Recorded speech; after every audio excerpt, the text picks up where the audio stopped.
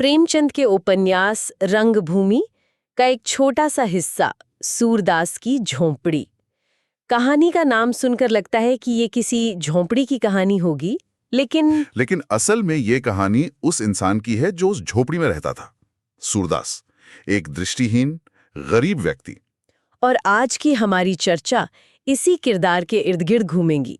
हम देखेंगे कि कैसे सिर्फ एक रात में उस इंसान की दुनिया पूरी तरह उजड़ जाती है। बिल्कुल। और फिर उसी तबाही की राख से ऐसी चीज निकलती है जिसकी किसी को उम्मीद नहीं थी। ये सिर्फ एक झोपड़ी के जलने की कहानी नहीं है। ये ईर्ष्या, अपमान और निराशा के सामने इंसान के हौसले की कहानी है। तो चलिए कहानी की पृष्ठभूमि को थोड़ा समझते हैं। इस पूरी तबाही की जड़ में एक घटना है। हाँ, कहानी की शुरुआत होती है भैरव नाम के किरदार से। वो अपनी पत्नी सुभागी को बहुत मारता पीटता था। एक रात इसी मार से बचने के लिए सुभागी भागकर सूरदास की झोपड़ी में छिप जाती है।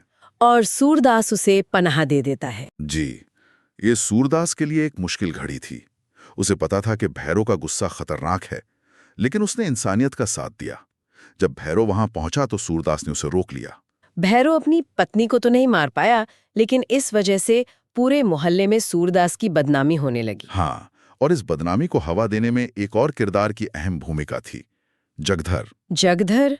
उसे सूरदास से ईर्ष्या क्यों थी? मतलब सूरदास तो एक अंधा भिखारी था, उसे किसी को क्या जलन हो सकती है? यही इस कहानी का एक बहुत दिलचस्प मनोवैज्ञानिक पहलू है। जगधर की ईर्ष्या सूरदास के पैसे से नहीं, बल्कि उसके सुकून से थी। सुकून से? हाँ, वो सोचता था कि मैं दिन रात मेहनत करता हूँ, फिर भी परेशान रहता हूँ, और ये अंधा भिखारी जिसके पास कुछ नहीं है, वो इतना शांत कैसे है? उसके चेहरे पे कभी निराशा क्यों नहीं दिखती? सूरदास की यही शांति जगधर को अंदर ही अंदर जलाती थी। अच्छा, तो एक तरफ थी जगधर की ईर्ष्या और दूसरी तरफ भैरव का अपमान। बिल्कुल। भैरव ने तो जैसे कसम ही खा ली थी कि जब तक वो सूरदास को रोते बिलखते नहीं देख लेगा, उसे चैन नहीं मिलेगा। और इसी बदले की आग ने उस रात को जन्म दिया जो सूरदास की जिंदगी की सबसे काली रात बनने वाली थी। तो उसने बदला लेने के लिए सूरदास की झोंपड़ी में आग लगा दी? आग लगा दी। और सिर्फ इतना ही नहीं, उसने सूरदास की जिंदगी भर की जमा पूंजी, रुपयों की एक थैली भी चुरा ली। और फिर वो आग की घटना होती है रात के करीब 2 बजे। हाँ, रात के 2 बजे थे, जब पूरा मोहल्ला सो रहा था। अचानक सूरदास की झोपड़ी से आग की लपटें उठने लगीं। सैकड़ों लोग जमा हो गए, लेकिन ज्यादातर लोग बस चुपचाप खड़े देख रहे थे। जैसे किसी दोस्त की चिता जल रही हो। बिल्कुल, यही लिखा है। कुछ लोग पानी फेंक रहे थे, पर वो कोशिशें बेकार थी। और इस सब के बीच सूरदास कहाँ था? वो जब आया तो उसकी क्या प्रतिक्रिया थी? सूरदास दौड़ता हुआ आया और बस चुपचाप उस आग को देखता रहा। लेकिन वो बहुत बेचैन था, बार बार आग के अंदर जाने की कोशिश कर रहा था। लोग उसे पकड़कर रोक रहे थे। मतलब उससे झोपड़ी से ज्यादा अंदर रखी किसी चीज की चिंता थी। हाँ, ऐसा ही लग रहा था। और इसी बीच पड़ोसी आपस में कानाफूसी भी कर रहे थे। अच्छा, क्या कह रहे थे वो? जगधर और नायकराम जैसे लोग। नायकराम ने एक बहुत चुगने वाली बात कही, चूल्हा ठंडा किया होता तो दुश्मनों का कलेजा कैसे ठंडा होता। साफ इशारा था कि ये आग लगी नहीं, लगाई गई है। बिल्कुल। सबको पता था कि भैरव और सूरदास के बीच क्या हुआ था। तो एक तरफ आग की लपटें थीं और दूसरी तरफ तानों की चिंगारियां। थोड़ी देर में आग बुझ गई, सब कुछ राख हो चुका था, भीड़ भी चली गई, लेकिन सूरदास वहीं बैठा रहा। हाँ, वो वहीं बैठा रहा। उसे झोपड़ी जलने का दुख तो था, पर असल दुख किसी और चीज का था। उस पोटली का। हाँ, वो छोटी सी पोटली जिसमें उसकी जिंदगी भर की कमाई थी, 500 से कुछ ज्यादा रुपए। वो रुपए उसके लिए सिर्फ पैसे नहीं थे, वो उसके सपनों का आधार थे। और ये सपने भी सिर्फ अपने लिए नहीं थे ना? यही तो बात है। उन पैसों से सूरदास 3 काम करना चाहता था। पहला, अपने पितरों का पिंडदान। दूसरा, अपने बेटे मिठुआ की शादी। और तीसरा, गांव वालों के लिए एक कुआं खुदवाना। जी, सोचिए, एक भिखारी जो खुद दूसरों की मदद पर जीता है, वो अपनी जमा पूंजी से समाज का भला करना चाहता था। तो आग बुझने के बाद उसे क्या कोई उम्मीद थी कि रुपए बच गए होंगे? उसे एक छोटी सी उम्मीद थी। उसने सोचा कि नोट तो नहीं थे, रुपए तो चांदी के थे, वो पिघल भी गए होंगे तो चांदी तो उसी राख में होगी। और जैसे ही राख ठंडी हुई, वो अपनी लाठी के सहारे उस ढेर में घुस गया और उस जगह को टटोलने लगा जहां उसने पोटली छिपाई थी। उसका दिल जोरों से धड़क रहा था। और उसे कुछ मिला? उसने सारी राख छान मारी, एक एक मुट्ठी राख हाथ में लेकर देखी। उसे अपना जला हुआ लोटा मिला, तवा मिला, लेकिन वो पोटली नहीं मिली। और जब उसे एहसास हुआ कि पोटली वहां नहीं है, वो पूरी तरह टूट गया। उसके मुंह से एक चीख निकली और वो वहीं उस राख पर बैठकर बच्चों की तरह बिलख बिलख कर रोने लगा। प्रेमचंद यहाँ लिखते हैं, ये पूस की राख न थी, उसकी अभिलाषाओं की राख थी। अभिलाषाओं की राख। हाँ, उसके सपनों की, उसकी उम्मीदों की राख थी। सुबह होती है और कहानी में एक नया मोड़ आता है। जगधर सूरदास के पास आता है और वहां से सीधा भैरव के पास जाता है। जी। और भैरव ज्यादा देर नाटक नहीं कर पाया। उसने अपनी करतूत कबूल कर ली। उसने न सिर्फ आग लगाने की बात मानी, बल्कि धुएं से काली हुई रुपयों की थैली दिखाते हुए कहा कि ये सुभागी को बहका ले जाने का जुर्माना है। बिल्कुल, वो अपने किए को सही ठहरा रहा था। उसे अपनी गलती का कोई एहसास नहीं था, बल्कि वो तो इसे अपना हक समझ रहा था। उसका तर्क क्या था? उसका तर्क था कि जिसके पास सैकड़ों रुपए जमा हो, वो गरीब नहीं हो सकता। और सूरदास ने सुभागी को पनाह देकर उसकी आबरू बिगाड़ दी, इसलिए उसके साथ कुछ भी करना पाप नहीं है। ये सुनकर जगधर की क्या प्रतिक्रिया हुई? जगधर का चरित्र यहाँ फिर से सामने आता है। उसे भैरव की इस हरकत पर गुस्सा नहीं आया, बल्कि उसे भैरव से ईर्ष्या होने लगी। हाँ, उसकी छाती पर सांप लौटने लगा कि बैठे बिठाए भैरव के हाथ इतनी बड़ी रकम लग गई। और इसी जलन में वो वापस सूरदास के पास गया और उसे सब कुछ बता दिया। यहाँ एक बहुत हैरान करने वाली बात है। सूरदास को अब पता चल चुका था कि उसका गुनहगार कौन है और उसकी कमाई कहाँ है। फिर भी वो जगदर के सामने सच क्यों नहीं मानता? ये इस कहानी का सबसे जटिल हिस्सा है। देखिए, वो एक भिखारी था। समाज की नजर में एक भिखारी का धन जमा करना एक तरह का पाप माना जाता था। मतलब अगर वो मान लेता कि उसके पास इतने रुपए थे, तो लोग सवाल करते। हाँ, कि एक अंधे भिखारी के पास इतने पैसे कहाँ से आए। उस पर तरह तरह के इल्जाम लगते। तो वो अपनी आर्थिक हानि से ज्यादा अपनी सामाजिक इज्जत को बचाने की कोशिश कर रहा था। इसीलिए उसने जगधर से झूठ बोल दिया। साफ झूठ बोल दिया कि भैरव मजाक कर रहा होगा, मेरे पास इतने पैसे कहाँ से आएंगे। एक तरफ उसका सब कुछ लुट गया था और दूसरी तरफ वो अपनी गरीबी की इमेज को बचाने की जद्दोजहद कर रहा था। इसी बीच सुभागी भी वहां पहुंच जाती है। हाँ, वो रात भर एक बाग में छुपी हुई थी। वो जानती थी कि आग भैरव ने लगाई है और इसकी वजह वो खुद है। उसे बहुत दुख था, बहुत ज्यादा। और जब जगधर ने उसे भी पैसों के बारे में बताया, तो सुभागी ने सूरदास के चेहरे की तरफ देखा। सूरदास मुंह से इनकार कर रहा था, पर उसके चेहरे का दर्द वो सुभागी ने पढ़ लिया। और उसने प्रतिज्ञा की। उसी पल उसने कहा, मैंने ही उजाड़ा है, मैं ही बसाऊंगी। जब तक इसके रुपए ना दिला दूंगी, मुझे चैन ना आएगा। तो सुभागी और जगधर चले जाते हैं। सूरदास अकेला उस राख पर बैठा है। घर जल गया, पैसे चोरी हो गए।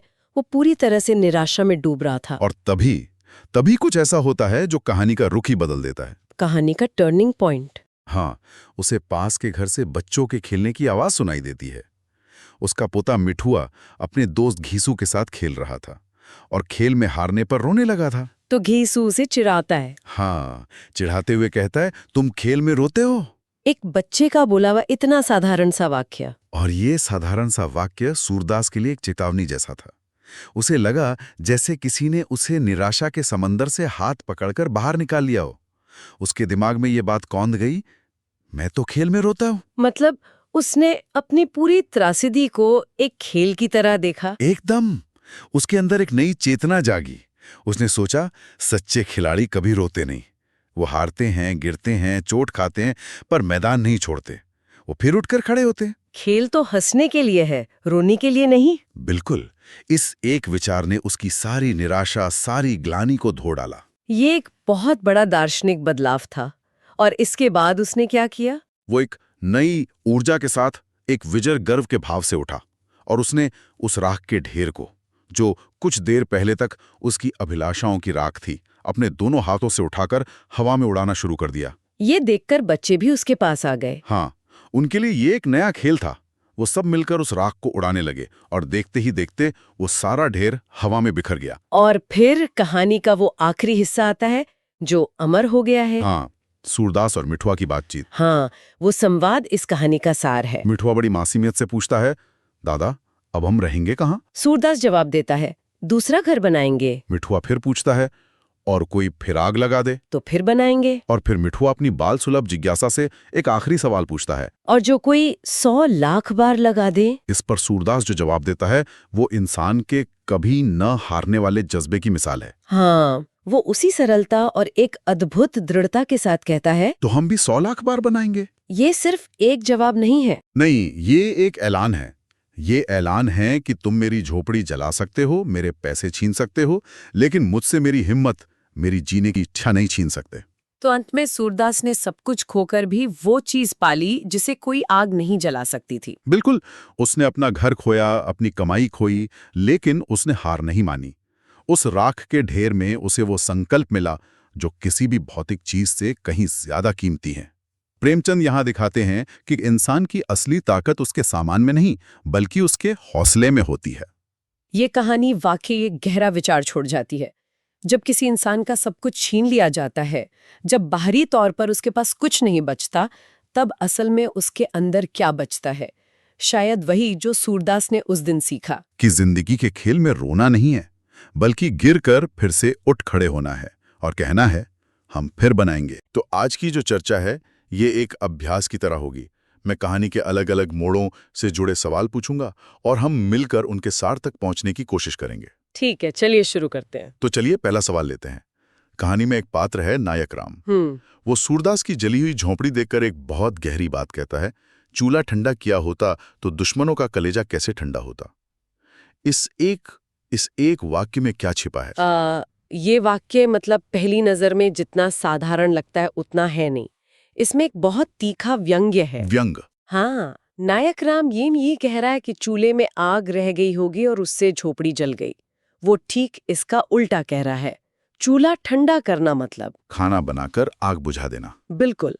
अगर आग लगने की वजह चूल्हा होता तो वो तो एक हादसा होता, लेकिन नायक राम कहता है कि नहीं, ये हादसा नहीं है, ये जानबूझकर लगाई गई आग है। अच्छा, और ये दुश्मनों का कलेजा ठंडा होना वाला हिस्सा यहीं पर इस कथन का असली मतलब छिपा है। कलेजा ठंडा होना एक मुहावरा है जिसका अर्थ है किसी को नुकसान पहुंचाकर एक तरह की शांति मिलना, संतुष्टि मिलना। हाँ, संतुष्टि मिलना।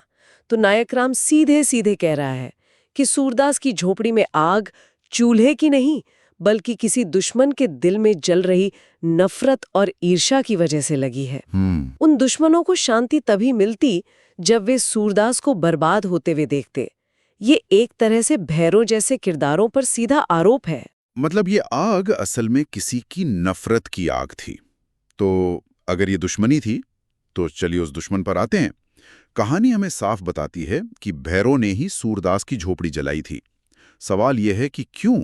उसकी दुश्मनी की जड़ क्या थी? भैरव की दुश्मनी की जड़ दो बहुत गहरी मानवीय भावनाओं में छिपी है, अपमान और शक। अपमान और शक? हाँ, भैरव अपनी पत्नी सुभागी को मारता पीटता था, और जब भी ऐसा होता सुभागी अपनी जान बचाने के लिए पास ही में सूरदास की झोपड़ी में छिप जाती थी। अच्छा। भैरव के लिए ये बात बर्दाश्त से बाहर थी। उसे लगता था कि उसकी पत्नी एक नेत्रहीन भिखारी के घर में पनाह लेकर समाज में उसकी नाक कटवा रही है। एक मिनट, मतलब उसे इस बात से फर्क नहीं पड़ता था कि वो अपनी पत्नी को पीट रहा है, जो कि गलत है? नहीं, उसे इस बात से फर्क पड़ता था कि उसकी पत्नी मदद के लिए कहाँ जा रही है। ये तो सीधे सीधे मर्द होने के झूठे अहंकार का मामला लगता है। बिल्कुल, आपने सही नस पकड़ी है। ये पुरुषवादी अहंकार ही था, और सूरदास का नेत्रहीन और गरीब होना इस अहंकार को और ज्यादा चोट पहुंचाता था। भैरव के मन में ये बात घर कर गई थी कि मेरी पत्नी एक भिखारी के पास जा रही है। ये अपमान उससे सहा नहीं जा रहा था, और इसी अपमान के साथ उसके मन में एक गहरा शक भी था। क्या शक? कि कहीं सुभागी और सूरदास के बीच कोई नाजायज रिश्ता तो नहीं है। तो बस ये शक और अपमान जब मिले तो उन्होंने बदले की आग का रूप ले लिया। झोपड़ी जलाकर वो एक तरह से सूरदास को सबक सिखाना चाहता था और अपनी झूठी इज्जत वापस पाना चाहता था। हाँ, बिल्कुल। तो सूरदास भैरव की अपनी व्यक्तिगत और सामाजिक असुरक्षा का शिकार बना। लेकिन इस कहानी में एक और किरदार है जिसके मन में ईर्ष्या है, जगधर। जगधर, पर उसकी ईर्ष्या भैरव की ईर्ष्या से अलग थी। जगधर के मन में ऐसा क्या हुआ कि वो सूरदास से जलने लगा? ये बहुत दिलचस्प है क्योंकि ये दिखाता है कि कैसे एक ही घटना दो लोगों के अंदर अलग-अलग तरह की बुराई को जन्म देती है। जगधर की ईर्ष्या का लेना देना अपमान से नहीं बल्कि पैसे से? हाँ, जब भैरव झोंपड़ी जलाने के बाद जगधर को बताता है कि उसे वहां सूरदास की जमा पूंजी मतलब 500 से ज्यादा रुपयों की थैली मिली है, अच्छा। तो जगधर के अंदर ईर्ष्या की आग भड़क उठती है। क्यों? वो तो भैरव का दोस्त था। दोस्त था लेकिन वो खुद बहुत ज्यादा गरीब था। वो दिन रात मेहनत करके भी गुजारा नहीं कर पा रहा था। जब उसे पता चला कि भैरव को बस एक झोपड़ी जलाने से इतनी बड़ी रकम हाथ लग गई, तो उसे ये बात हजम नहीं हुई। उसे लगा कि ये किस्मत का अन्याय है। अच्छा। उसके मन में ये लालच आया कि ये पैसा उसे मिलना चाहिए था, या कम से कम उसे इसमें हिस्सा तो मिलना ही चाहिए था। तो जहां भैरव की नफरत का कारण सामाजिक अहंकार था, वहीं जगधर की ईर्ष्या का कारण विशुद्ध आर्थिक लालच था। ये बहुत कमाल का विश्लेषण है। एक ही आग ने दो किरदारों के अंदर छिपी अलग-अलग कमजोरियों को उजागर कर दिया। चलिए अब इस कहानी के केंद्र में आते हैं सूरदास और उसकी वो रुपयों की थैली। ये थैली इतनी महत्वपूर्ण क्यों है और सूरदास अपनी इस जमा पूंजी को सबसे छिपाकर क्यों रखना चाहता था? इसका जवाब उस समय की जो सामाजिक सोच थी उसमें छिपा है। हाँ। सूरदास एक भिखारी था। हाँ। समाज ने उसके लिए एक भूमिका तय कर दी थी कि वो असहाय है, गरीब है और उसे दूसरों की दया पर जीना है। उस समाज में, और शायद आज भी कुछ हद तक, एक भिखारी का पैसा जमा करना एक तरह से धोखा माना जाता है। धोखा? हाँ, ये पाप करने जैसा ही अपमानजनक था। ये तो कुछ ऐसा हुआ कि समाज ने आपके लिए जो दायरा बना दिया है, आप उससे बाहर नहीं निकल सकते। अगर एक गरीब आदमी पैसे बचा ले तो लोग उस पर शक करने लगते हैं कि जरूर उसने कुछ गलत किया होगा। बिल्कुल, सूरदास को यही डर था। अगर लोगों को पता चल जाता कि एक नेत्रहीन भिखारी के पास 500 से ज्यादा रुपए हैं, तो कोई भी उसकी मजबूरी पर विश्वास नहीं करता। लोग उसे लालची, मक्कार और ढोंगी कहते। उसकी जो थोड़ी बहुत इज्जत थी, वो भी मिट्टी में मिल जाती। इसलिए झोंपड़ी जलने का दुख तो उसे था ही, लेकिन उससे भी बड़ा डर उसे इस राज के खुलने का था। वो अपनी गरीबी की इज्जत बचाना चाहता था। मतलब वो अपनी पहचान खोने से डर रहा था। ये बहुत गहरा बिंदु है। और फिर वही होता है जिसका उसे डर था। झोपड़ी राख हो जाती है और जब वो उस राख में अपनी थैली ढूंढता है तो उसे नहीं मिलती। इसी पर लेखक एक बहुत ही मार्मिक पंक्ति लिखता है। ये फूस की राख ना थी, उसकी अभिलाषाओं की राख थी। चलिए इस पंक्ति को खोलते हैं।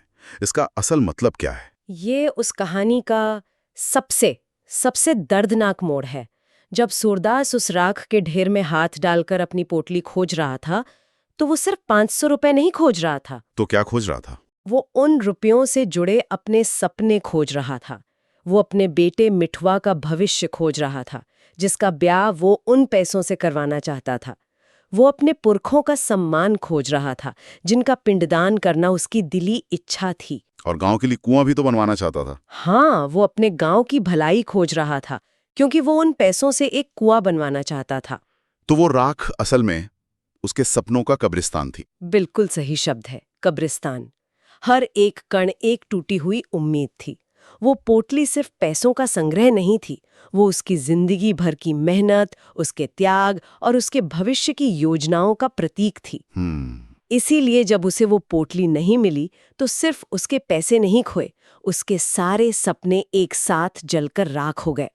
इसीलिए लेखक कहता है कि ये सिर्फ झोपड़ी की राख नहीं थी, ये सूरदास की पूरी जिंदगी की इच्छाओं की राख थी। ये उसके जीवन की सबसे बड़ी हार का क्षण था। और कोई भी इंसान ऐसी हार के बाद टूटकर बिखर जाएगा। सूरदास भी रोता है, पूरी तरह हताश हो जाता है। लेकिन फिर कहानी में एक चमत्कारिक मोड़ आता है। हाँ, आता है। वो अचानक उठ खड़ा होता है और एक विजेता के गर्व के साथ उस राख को दोनों हाथों से उड़ाने लगता है।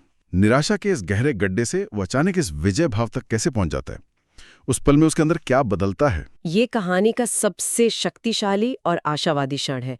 सूरदास जब अपनी बर्बादी पर रो रहा होता है, तब उसे पास में खेल रहे बच्चों की आवाज सुनाई देती है। अच्छा? एक बच्चा खेल में हारने पर रो रहा होता है, तो उसका साथी उसे चिढ़ाते हुए कहता है, खेल में रोते हो। ये एक बहुत ही साधारण सी बात थी, लेकिन सूरदास के लिए ये एक ज्ञान के वाक्य की तरह काम करती है। मतलब एक बच्चे की बात ने उसे जिंदगी का सबसे बड़ा फलसफा सिखा दिया। हाँ, उसे अचानक ये एहसास होता है कि ये जीवन भी तो एक खेल ही है। इसमें कोई जीतता है, कोई हारता है। आज वो हार गया है तो क्या हुआ, खेल अगले खत्म नहीं हुआ है। इस एक सोच से उसकी पूरी मनोदशा बदल जाती है। उसका उस राख को दोनों हाथों से उड़ाना एक बहुत गहरा प्रतीक है। वो सिर्फ राख नहीं उड़ा रहा होता, वो अपनी निराशा को उड़ा रहा होता है। हाँ, वो अपनी निराशा, अपनी हार, अपने दुख और अतीत के बोझ को अपने ऊपर से हटाकर फेंक रहा होता है। ये ऐलान है कि मैं फिर से खेलने के लिए तैयार हूँ। ये उसकी कभी न मरने वाली जीने की इच्छा, यानी उसकी अदम्य जिजीविषा का सबूत है। क्या अद्भुत बदलाव है। ये दिखाता है कि नजरिए का बदलना ही सबसे बड़ी जीत है, और ये हमें कहानी के अंतिम और शायद सबसे जरूरी संवाद तक ले आता है। बिल्कुल। सब कुछ तबाह हो जाने के बाद उसका बेटा मिठुआ उससे मासूमियत से पूछता है कि अब हम कहाँ रहेंगे, कोई फिर से आग लगा देगा तो क्या करेंगे। इसके जवाब में सूरदास एक ऐसी बात कहता है जो अमर हो गई। तो हम 100 लाख बार बनाएंगे। तो हम 100 लाख बार बनाएंगे। ये एक वाक्य सूरदास के चरित्र के बारे में हमें क्या बताता है? ये एक वाक्य, ये सूरदास के पूरे चरित्र का सार है, उसका निचोड़ है। ये उसकी दो सबसे बड़ी ताकतों को दिखाता है। पहली, उसकी कर्मशीलता। हाँ, वो हाथ पर हाथ धरकर बैठने वाला या किस्मत को कोसने वाला इंसान नहीं है। उसका विश्वास करने में है, बनाने में है। और दूसरी, उसका अटूट आशावाद। वो जानता है कि दुनिया में भैरव जैसे लोग हैं जो उसकी झोपड़ी जलाएंगे, उसे बर्बाद करने की कोशिश करेंगे, लेकिन वो ये भी जानता है कि उसके अंदर उसे फिर से बनाने की हिम्मत है। और ये भी कि वो बदला लेने के बारे में नहीं सोचता। यही सबसे खास बात है। उसका जवाब ये नहीं है कि हम 100 लाख बार बदला लेंगे। सही बात है। उसका जवाब है हम 100 लाख बार बनाएंगे। क्या बात है। उसकी ऊर्जा विनाश में नहीं, सृजन में है। वो अपनी ताकत बदला लेने में नहीं, बल्कि फिर से अपनी दुनिया खड़ी करने में लगाना चाहता है। तो ये वाक्य उसकी दृढ़ इच्छा शक्ति का प्रतीक है। दृढ़ इच्छा शक्ति उसकी सकारात्मक सोच और कभी हार न मानने वाली मानवीय भावना का सबसे बड़ा प्रमाण है। ये बताता है कि आप इंसान की चीजें छीन सकते हैं, लेकिन जब तक वो खुद न चाहे, आप उसकी हिम्मत नहीं छीन सकते। तो आज इस चर्चा में हमने सूरदास के चरित्र के कई अहम पहलुओं को एक-एक करके समझा। हमने देखा कि कैसे बाहर की नकारात्मक ताकतें, जैसे भैरों का अहंकार और जगधर का लालच, हाँ, उसकी दुनिया को उजाड़ देती हैं। लेकिन हमने ये भी देखा कि उसकी जो आंतरिक शक्ति है, उसकी कभी हार न मानने की जिद उसे उसी राख के ढेर पर फिर से खड़ा कर देती है। ये कहानी हमें बताती है कि असली लड़ाई बाहर नहीं, इंसान के अंदर होती है। तो परीक्षा के लिए याद रखने वाली सबसे बड़ी बात यह है कि सूरदास सिर्फ एक असहाय, नेत्रहीन भिखारी नहीं है। बिल्कुल नहीं। वो निराशा पर विजय पाने का प्रतीक है। वो विनाश के बाद पुनर्निर्माण की भावना का प्रतीक है। यही इस पूरे अध्याय का केंद्रीय संदेश है। बिल्कुल। उसकी कहानी हमें यही सिखाती है कि परिस्थितियां कितनी भी खराब क्यों न हो, जब तक जीने की इच्छा और फिर से शुरुआत करने का साहस जिंदा है, तब तक कोई भी हार अंतिम नहीं होती।